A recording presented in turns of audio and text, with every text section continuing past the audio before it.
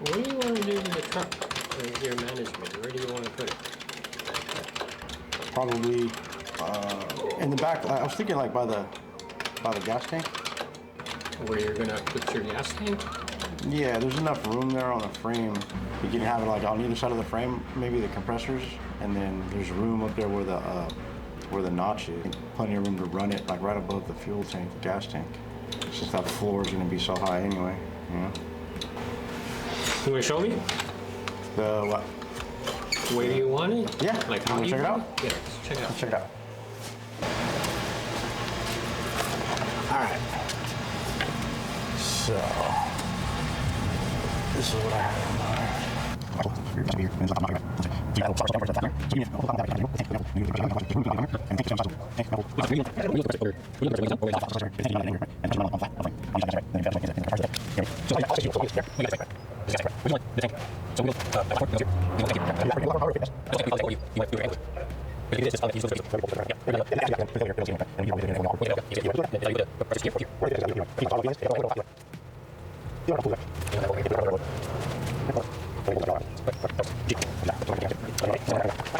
So since the last time we worked on this truck, we had put the temporary spacers on the bottom of the bags to make sure that 2 inches is all we need for the spacers.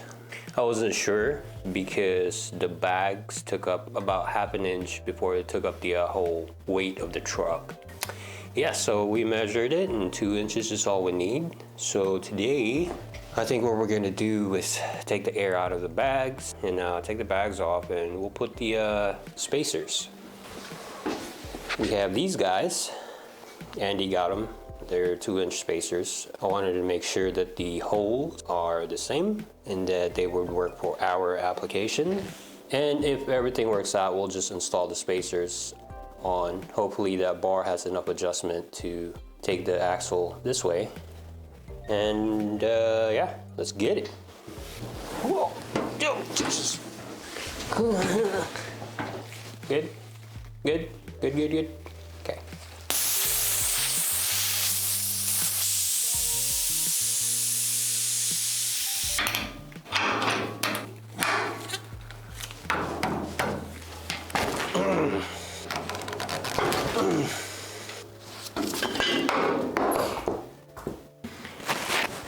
Okay. Yeah, it works. Holes line up. It came the bolts. Why is there so much bolts? Wooden, what? So I used the longer of the Allen, and it's not enough, or it's too long, unless I put a washer on it.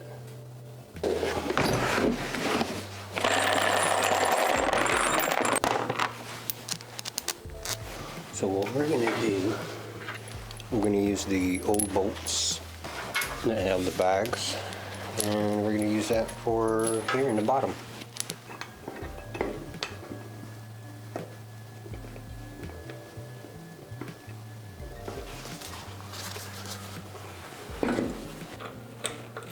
That's negative. Is that too much? I mean, it works. Sure. Whoa. I need to adjust this bar when it's at ride height, so I need to put air back in the bags. Okay.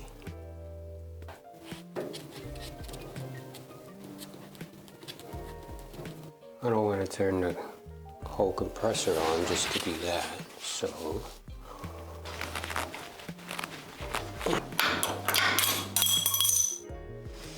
Okay.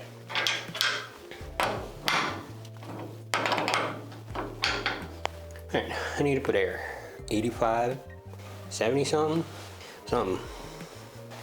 Okay, so I got 70-ish PSI in the bags now. So what we're gonna do is, oh Jesus, we need to go this way. There.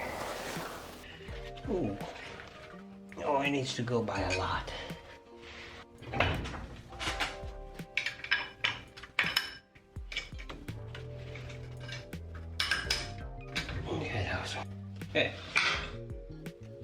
-2. Close enough? Right.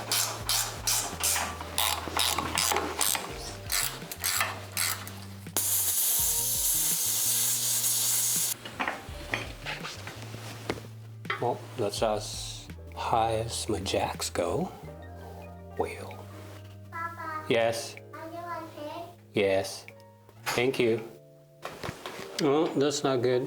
Passenger side bag hits the frame because this bar is pushing it that way when it's airing out. So,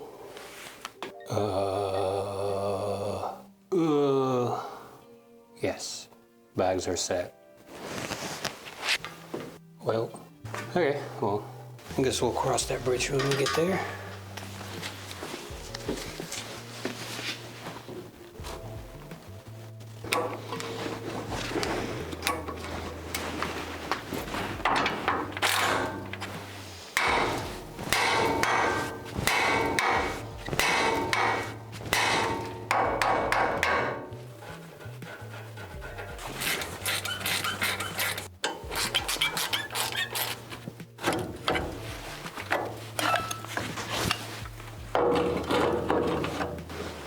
Whee!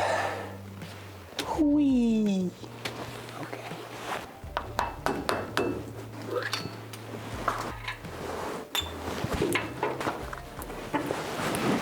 Okay, so we're gonna need front wheel bearing seal. This looks like not good grease. And it looks like it hasn't been freaking done in a while. So, wheel seals, I need to clean the wheel bearings. I'm gonna take this off. Oh, I got the poo on me. Ugh. I don't know what that is. Oh, it's a ball of grease. It's tutor, baby. Take the cotter pins off the best you can. Oh man, what the heck? Okay. What? Bottom is different from the top. What's the top? For 3/4? Yes. Yo.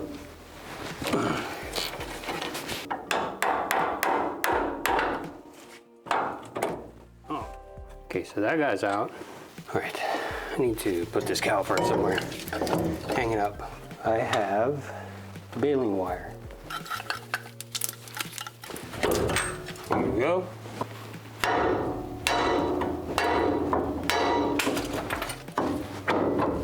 Now it's off. It looks like this whole front suspension was never, or was reinstalled. It's been taken off not too long ago, so that's why it's easier to take them off the ball joints. Oh yeah, because they did the lower pockets for the bags. Pockets. Titties are not pockets. All right. So what we have here, they're CPP, apparently they're drop spindles. But didn't come with nuts, so I guess we gotta use the old nuts. Okay, so that's good. I don't know if it's easier to leave it uninstalled. Well, I need seals anyway. Seals, and I need to get some grease to re-grease all of this. I need to repack the bearings. I'll just leave it for now. Maybe we could take the another side. What do you guys think? Should we take the other side off? I mean, it's gonna need to come off, so might as well, right? Let's see if there's a difference first. Yep, it is about a 2-inch drop, 3-inch drop, somewhere in there. That's crazy. It's gonna hit that fender before it even drops all the way. Okay. All right, let's go to the other side and bang that out.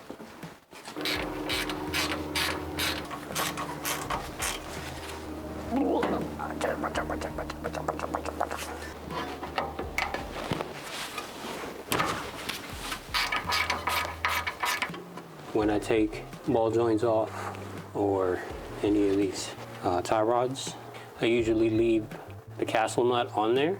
I don't have a ball joint remover or a press. So how I take these out is, as you guys saw on the other side, I just hit the this, same as on the upper and lower ball joints. I just hit it until it comes loose.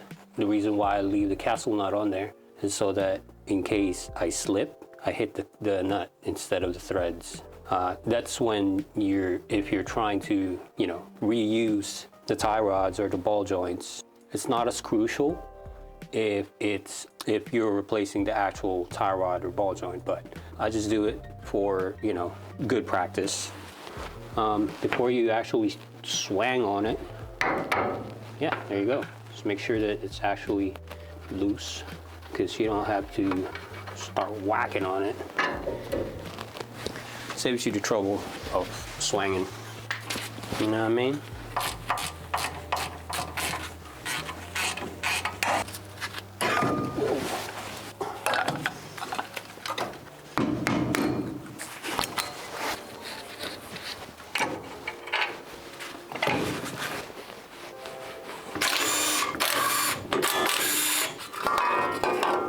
Ooh, what's this? It's like a little gasket behind the dust cover. Maybe I should transfer that to the new one, huh? Get the castle nuts loose and see if it moves. No, it did not. So we start hitting on it. Watch where you swing. Make sure you don't hit the truck or any of the cars that you were working on. Wear our protection, guys.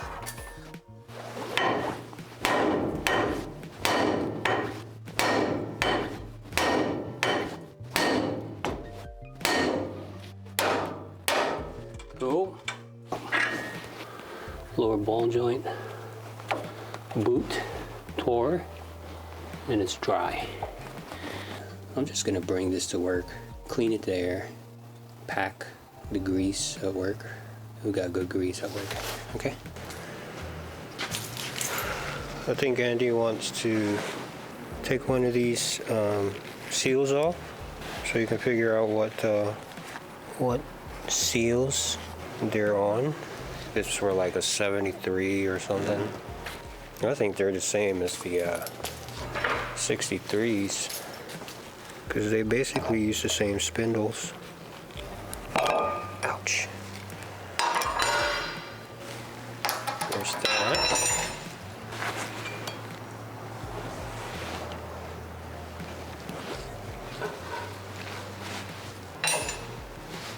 I'm gonna clean up all the bearings, this hub, rotor.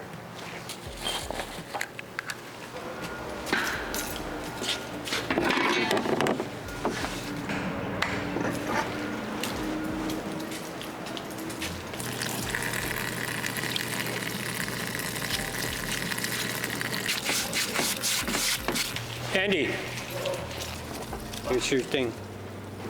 Wouldn't that be the same though as a 63? No. Why not? You're using the same spindle. You're only replacing the hub. No, because I think when you do the disc brake conversion, I think you change the spindles also. You do? Yeah, pretty sure. Well, can't you get it from like CPP? Yeah, they probably did. I've never tried to look. So. Oh. That's weird looking.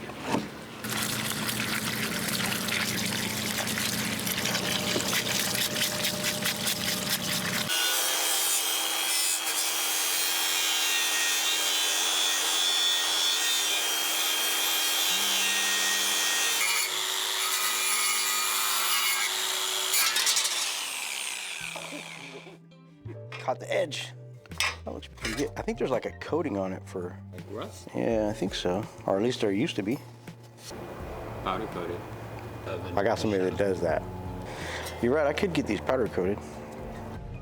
Give it a little psychedelic look. Yeah. Bunch of different colors. But if you can powder coat them, see, that'd be better.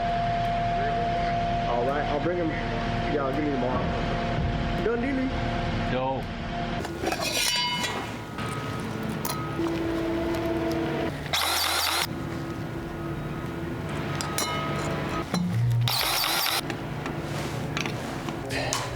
If you guys don't have a bearing packer and you're wondering how to pack bearings manually, I will show you. And you kind of just, grab it and push it. Makes a lot of mess, but if you are wondering how to pack grease without a bearing packer, this is how I was taught to do it. I don't know if you can see, but it's starting to come out between the bearings. That's how you know that that part is good. Okay, there you go. Bearings are packed. Grease are coming out in between the bearings. Yup. Do this one. Cool. That's how you manually pack bearings.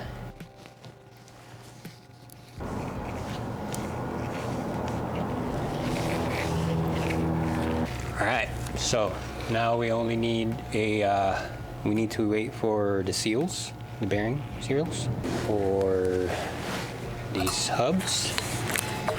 And also, Andy sent out the backing plates to get powder coated. So we're just waiting on that to come back. And then we are going to bring back this whole thing and keep going with it. Alright guys, I think we did good with the truck today. I hope I will see you next time. Bye. Bye. Clap your hands. I love you.